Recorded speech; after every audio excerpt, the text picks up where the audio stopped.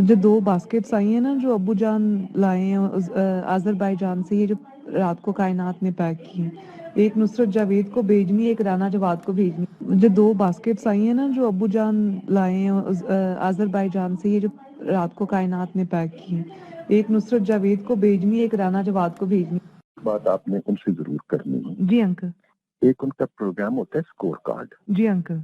अच्छा, उस score card में हसन निसार साहब ने, आपको पता है, वो हमें बहुत गालियां देते हैं। और अब एक इरशाद भट्टी भी आ गया।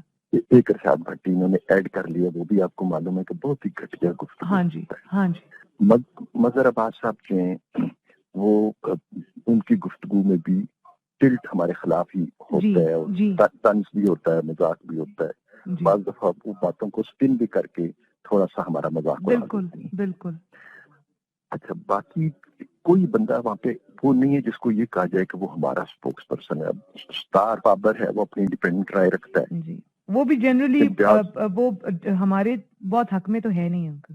जी, इसलिए मैंने कहा कि कोई हमारे उस तरह नहीं है, लेकिन चलें, गालम गलोच नहीं करता है, एक जैनवन सी वो जी गुफ्तगू ठीक करता है, गुफ्तगू में कम से कम गैर इखलाकी बात नहीं होती है। लेकिन ये नहीं कहा जा सकता कि हमारे नुक्ता नजर को वो लेता हो जी।